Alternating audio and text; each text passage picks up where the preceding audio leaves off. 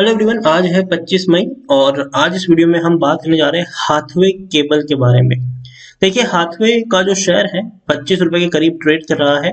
बीच में इसका ओएफएस भी आया था और शेयर उस वक्त काफी हद तक टूटा भी था, लेकिन उसके बाद जो रिकवरी आई है वो शानदार है। पिछले कुछ दिनों से शेयर अच्छा खासा जोश दिखा भी रहा है। वीडियो में हम डिस्कस करेंगे कि हाथवे के शेयर में खरीदारी करने का क्या ये सही मौका है कि नहीं, जिन्होंने ऑलरेडी खरीदारी करके रखी है उनको अब यहाँ पर क्या करना चाहिए। तो वीडियो को शुरू करो उससे पहले अगर आपने अभी तक चैनल को सब्सक्राइब नहीं किया है तो प्लीज अभी इसे सब्सक्राइब कर लीजिए, क्योंकि आगे भी बहुत सारे वीडियोस हैं जो आपको काफी ज्यादा हेल्प करेंगे। उसके साथ साथ अगर आपने अभी तक मेरी टेलीग्राम चैनल को ज्वाइन नहीं किया है तो उसको भी ज्वाइन करना मत भूलिएगा, लिंक आपको डिस्क्रिप्शन में मिल जाएगा। तो बात करते हैं हाथवे की। 26 रुपए का शेयर है। एक महीने में अगर हम देखें तो पिछले एक महीने में 19 से 20% का ग्रोथ दिखा चुका है। 21 रुपए के ऊपर था, अच्छी तेजी बनी, 24 के करीब पहुंचा, लेकिन वापस टूट के 22 पे आया। वापस अच्छी तेजी बनी, 26 पे आया, आज हल्की सी गिरावट है। पिछले एक साल में अगर देखें तो पिछले एक साल में हाथवे के शेयर में 9% जितना ग्रोथ है, लेकिन अब देखिए शेयर 30 पे था। ऐसी रफ्तार पकड़ी थी पिछले बार कोविड में कि 55 तक चला गया, वापस टूट गया, वापस तेजी पकड़ी, वापस टूट गया, वापस तेजी पकड़ी और बाद में तो भैया भयंकर गिरावट थी ये। 21 रुपए के करीब पहुंचा, लेकिन वापस अब ये दौड़ने के लिए तैयार है। ओएफएस जो था वो खत्म हो चुका है यहाँ पर, और जो प्रमोटर की होल्डिंग जो 75% जितनी जो रूल है सेबी का कि भैया आपकी होल्डिंग जो प्रमोटर की है वो 75% से ज्यादा नहीं होनी चाहिए, तो भैया ओएफएस में हिस्सा बेचकर अपनी होल्डिंग को 75% से नीचे लेकर भी आ चुके हैं अब ये। तो और फर्दर गिरावट की अब आकांक्षा थोड़ी सी कम है। अब यहां से कह सकते हैं कि थोड़ी सी तेजी आपको देखने को मिल सकती है।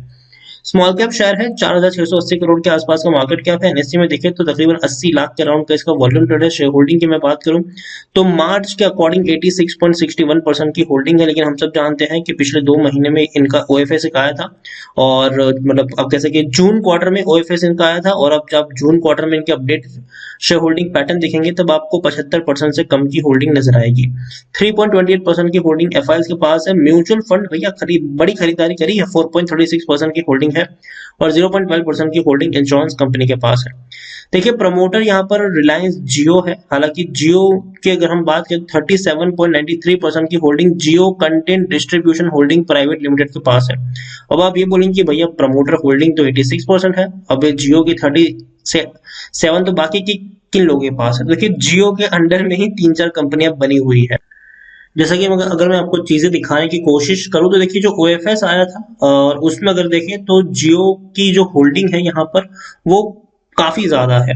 अब यहाँ पर देखेंगे तो जियो कंटेंट डिस्ट्रीब्यूशन के पास भी होल्डिंग है, जियो इंटरनेट डिस्ट्रीब्यूशन के पास भी होल्डिंग है, जियो केबल एंड ब्रॉडबैंड होल्डिंग के पास भी इनकी होल्डिंग देखने को मिल रही है। तो यहाँ पर आप देख सकते हैं कि इन तीनों कंपनियों की मिला के जो होल्डिंग बनती है वो 75% से ज्यादा की है, और भैया डेफिनेटली उन्होंने अपनी होल्डिंग अब 75% से कम कर दी है। यहाँ पर देखेंगे तो एक भी शेयर गिरवी नहीं है। 3 म्यूचुअल फंड स्कीम और 21 एफआईएस का पैसा लगा है यहाँ पर, और डिविडेंड की कोई हिस्ट्री यहाँ पर अवेलेबल नहीं है।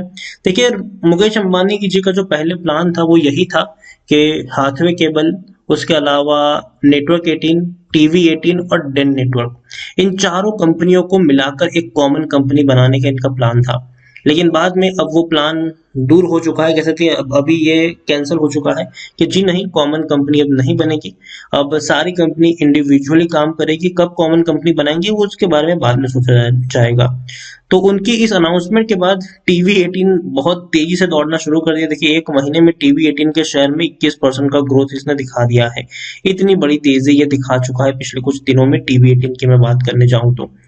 और उसी तरीके से अगर हम बात करें तो हाथवे में भी तेजी है। ओएफएस खत्म हो चुका है, होल्डिंग जो थी वो कम अब हो चुकी है, तो अब यहां से उम्मीद कर सकते हैं कि अब यहां से अब आपको अच्छी तेजी देखने को मिल सकती है।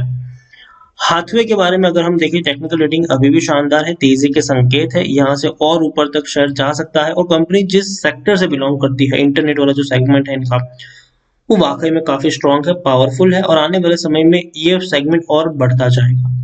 According to Moneycontrol user 73% लोग खरीदने की सलाह दे रहे हैं, 9% लोग बेचने की बात कर रहे हैं, और 13% लोग होल्ड करने की नसीहत यहाँ पर आपको दे रहे हैं।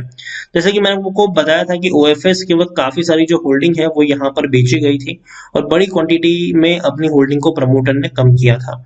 रेवेन्यू ऑलमोस्ट सेम है 450 करोड़ के आसपास, लेकिन जो प्रॉफिट है उसमें इजाफा जरूर देखने को मिला है। 50 करोड़ से भी ज्यादा का प्रॉफिट हो चुका है। 52 करोड़ के आसपास का जो प्रॉफिट है वो पिछले 4 क्वार्टर के मुकाबले अच्छा है, बेहतर है। तो ओवरऑल कह सकते हैं कि तेजी लौट रही है। यहाँ पर 94% की होल्डिंग पहले प्रमोटर के पास हुआ करती थी दिसंबर 2020 तक, फिर मार्च में वो 86% के आसपास रही। अब जब जून में आप देखेंगे तो 75% से नहीं, तकरीबन 75% के आसपास की होल्डिंग आपको यहाँ पर देखने को मिल जाएगी हाथवे केबल के बारे में। तो देखिए, एक चीज तो यहाँ पर साफ है कि आने वाले समय में इंटरनेट वाले क्षेत्र में काफी ज्यादा पेनिट्रेशन हमें देखने को मिलने वाला है। और मुकेश अंबानी जी के हाथ में अगर जब ये कंपनी है जियो इसको इनडायरेक्टली मैनेज कर रहा है, तो कहीं ना कहीं हम कह सकते हैं कि आने वाला जो वक्त है वो काफी बड़े पैमाने पर पेनिट्रेट होने वाला है, और जो इनके यूजर्स है वो बढ़ने वाले हैं। क्योंकि अगर इनकी सर्विसेज की अगर हम बात करें तो छोटे शहरों में ज्यादा इनकी सर्विसेज आपको देखने को मिल जाती है, और इनके यूजर्स भी काफी ज्यादा है। और आज के वक्त में अगर हम देखें तो इंटरनेट लोगों की नेसेसिटी बन चुकी है। आज भैया आपको इंटरनेट की जरूरत पड़ती ही पड़ती है, उनके बिना आप रह नहीं पाओगे। केबल के अलावा इंटरनेट का भी इनका बिजनेस है बड़ा सा, और डेफिनेटली यूजर इनके काफी बड़े और बेहतर है। और दूसरी तरफ जियो का दम है, मुकेश अंबानी का दम है, रिलायंस का दम है यहाँ पर, तो पैसों की कोई कमी नहीं है इनके पास, हाथवे के पास। तो डेफिनेटली यहाँ से शेयर और ऊपर जाने का दम रखता है। जो गिरावट आनी थी ओएफएस से पहले की वो शायद अब आ चुकी है, तो कभी भी ये शायद दौड़ने के लिए तैयार हो सकता है। तो मेरे हिसाब से हाथवे में खरीदारी करिए, बने रहिए। फ्रेश बाइंग करना चाहो जरूर कर सकते हो आप यहाँ पर।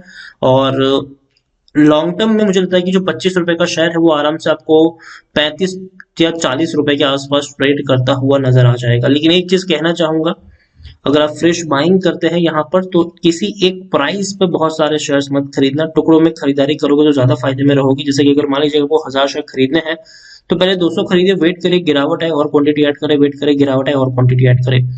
इस तरीके से प्लान करके चलिए। और हाँ, शेयर में अगर आपको तेजी देखने को मिलती है, अगर मैं कहूंगा यहाँ पर 25 रुपए के आसपास मेरी बाइंग की रिकमेंडेशन है। अगर ये 35 रुपए तक पहुंच जाता है तब मेरी बाइंग की रिकमेंडेशन यहाँ पर नहीं रहेगी। तो ऐसा नहीं है कि मैंने 25 से बोला मतलब खरीदारी है, तो मतलब अब भैया ये 40-30 पे भी जाएगा तो भी खरीदारी की ही है और रिकमेंडेशन, ऐसा नहीं होता है। 25 पे मेरी बाइंग की रिकमेंडेशन है, 30 पे जाएगा तो हो सकता है कि मेरा जो ओपिनियन है थोड़ा सा चेंज हो जाए, और 35-40 पे और ज्यादा चेंज हो जाए वो। लेकिन जब भी ऐसा कुछ होगा डेफिनेटली मैं वीडियो बनाकर आपको इन्फॉर्म जरूर कर दूंगा। तो चैनल को सब्सक्राइब करना बिल्कुल भी मत भूलिएगा। मैं किसी भी शेयर्स के बारे में अपडेटेड आपको हमेशा बताता रहता हूँ कि अब यहाँ पर आपको क्या करना चाहिए। तो 25 रुपए के आसपास शेयर है, अगर ये 30-35 पे जाएगा डेफिनेटली मैं आपको अपडेट जरूर दूंगा कि अब यहाँ पर प्रॉफिट लेना है कि नहीं लेना है, और आगे किस तरीके से आपको यहाँ पर प्ले करते रहना चाहिए। हाथ में ट्रेंड मुझे पॉजिटिव लग रहा है, तेजी आने के संकेत है। कोरोना के केसेस भले ही बढ़ रहे हैं, सॉरी कम हो रहे हैं, लेकिन फिर भी इंटरनेट का जो यूजर्स है वो अभी भी उसी तौर पर जारी रहने वाला है, क्योंकि ऑनलाइन स्टडी अभी भी हो रही है और वो होती रहने वाली है, इसमें कोई शक नहीं है। लोग अभी भी अपने घर से काम कर रहे हैं और करने वाले हैं, एटलीस्ट आने वाले कुछ महीनों तक तो ये ही सिलसिला आपको देखने को मिलने वाला है। तो बने रहिए, खरीदारी करिए। फ्रेश बाइंग करना चाहो कर सकते हो, डरने की जरूरत नहीं, लेकिन टुकड़ों में खरीदारी करोगे तो और ज्यादा बेहतर होगा, ताकि अगर आप हर 2 रुपए की गिरावट में थोड़ी और क्वांटिटी को ऐड कर पाए। वीडियो को यहीं पे एंड करूंगा। पसंद आया हो तो लाइक करें, शेयर करें। चैनल पर अगर पहली बार है तो प्लीज सब्सक्राइब करें। और हाथवे केबल के बारे में आप क्या सोचते हैं वो भी आप मुझे कमेंट में लिखकर बता सकते हैं। Thank you.